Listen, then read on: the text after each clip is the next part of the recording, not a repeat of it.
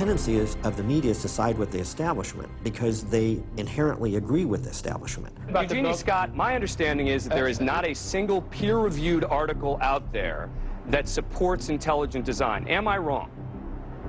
You are not wrong. You are correct. I believe that we get coverage, but we always get coverage like we're the outsider, not like it's an even debate. But instead of merely reporting news, he analyzes it, often expressing his personal opinions. We constantly deal with reporters who refuse even to report the correct definition of intelligent design. They, over and over again, talk about life is so complex, God must have done it. Just admit it, it's religion. It's very simple. You just can't, it's religion. It's a wanton distortion of our position. Study desk. I've got a hot story here. You can look at Associated Press stories, and the same sentence will appear in those stories for 10 years. Intelligent design says that life is too complex. It's called a boilerplate.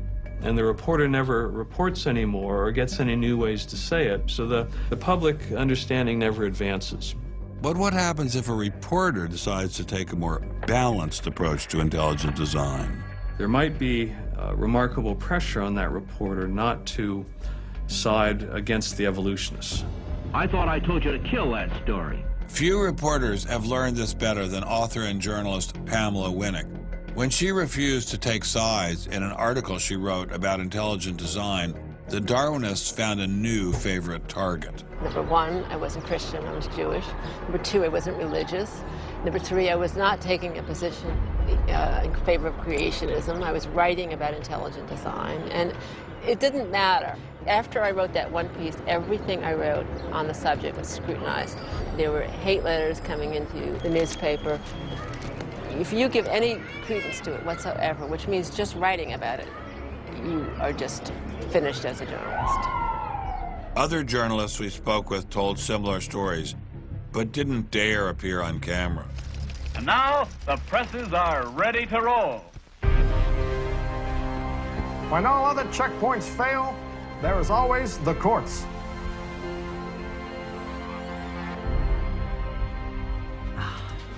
We have spent an enormous amount of time trying to prove to the court what everybody already knows, that intelligent design is a particular religious belief. But I thought scientific questions were settled by the evidence, not by taking people to court and suing them. How do other countries deal with such disputes? Dr. Marcy Giertuk, a population geneticist who now represents Poland in the European Parliament, was able to shed some light on this topic. The censorship of teaching criticism of evolution is and always was much stronger in, say, in your country, in the United States, than it ever was in Poland. Why? Why would the censorship? That is because you have a political correctness in your country. These issues are brought to court, and the court says what you can and what you cannot teach. We want to know what you teach, what books you use, how you teach it.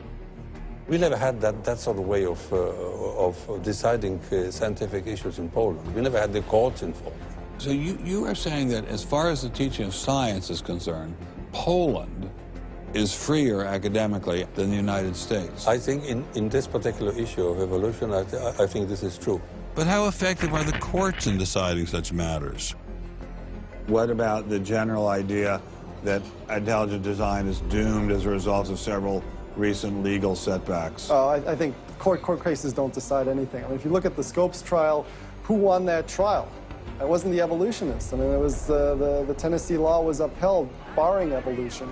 And yet, in the popular imagination, Scopes is the hero. Inherit the Wind, that movie, which is really bogus history based on the Scopes trial, has carried the day. These issues go much deeper than any decision by a judge. The evolution debate does seem to run much deeper than the courts, much deeper even than science. To generate this level of hostility, ID must threaten something at the very core of the Darwinian establishment.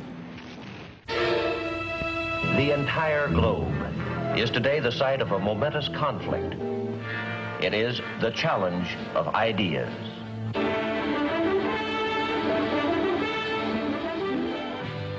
I am Edward R. Murrow. For a little while, I would like to review with you the great conflict of our times, one which demands and must get the attention and the involvement of each one of us. This conflict over the principles of evolution has become a religious war. It really is no longer about scientific investigation. It is total competition with an antagonist who is putting into it everything within his capability. The situation has reached a point where many of evolution's top apologists have switched from defending Darwinism to attacking religion in what they see as a bid to stamp out intelligent design at the source. Richard Dawkins is the best example of this. His recent book, The God Delusion, has sold over 1 million copies worldwide. The God Delusion is my long-expected, long-worked-on, full-frontal attack on religion. To me, science is about trying to explain existence, and religion is about trying to explain existence. It's just that religion gets the wrong answer. But is Dawkins correct? Are science and religion really at war? For an appraisal of this continuing and protracted conflict, we can go to a reporter who has watched the growing conflict with the perception of a trained military observer.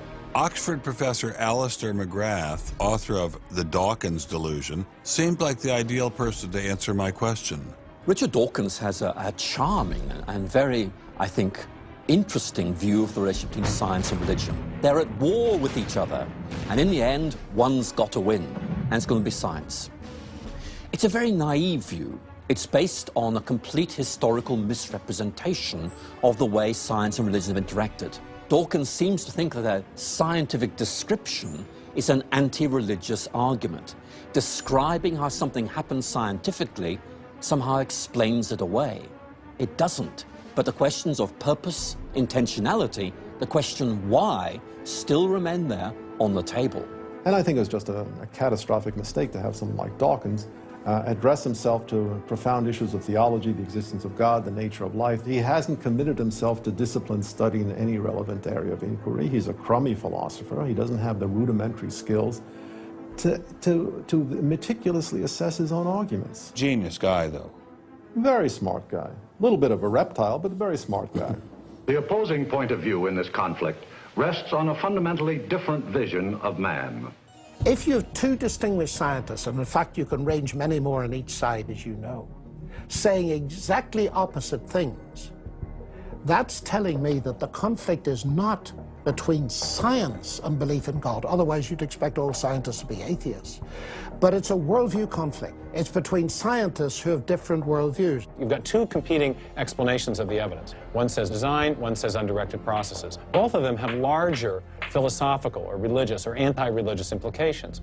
So you can't say that one of those two theories is scientific and the other is unscientific simply because they have implications. Both have implications. People who tell you, for example, that science tells you all you need to know about the world, or that science tells you that religion is all wrong, or science tells you there is no God, those people aren't telling you scientific things. They are saying metaphysical things, and they have to defend their positions for metaphysical reasons. What is being presented to the public is, first comes the science, and then comes the worldview. I would want to argue that that may not be the case, that it may actually be the other way around, that the worldview comes first and is influencing the interpretation of science. My deep regret is some people are so deeply entrenched in their own worldviews that they will simply not countenance alternatives. I'm actually a person of the left. And not even a particularly religious person. I think of myself as a kind of humanist. And I think it's sending a very bad message to religious people who are interested in science, that in some sense, in order to do science credibly, they have to leave their religious beliefs at the door. The founders of early modern science, Sir Isaac Newton, Robert Boyle, Johannes Kepler, Galileo, most of these early scientists all not only believed in God, but they thought their belief in God actually made it easier to do science.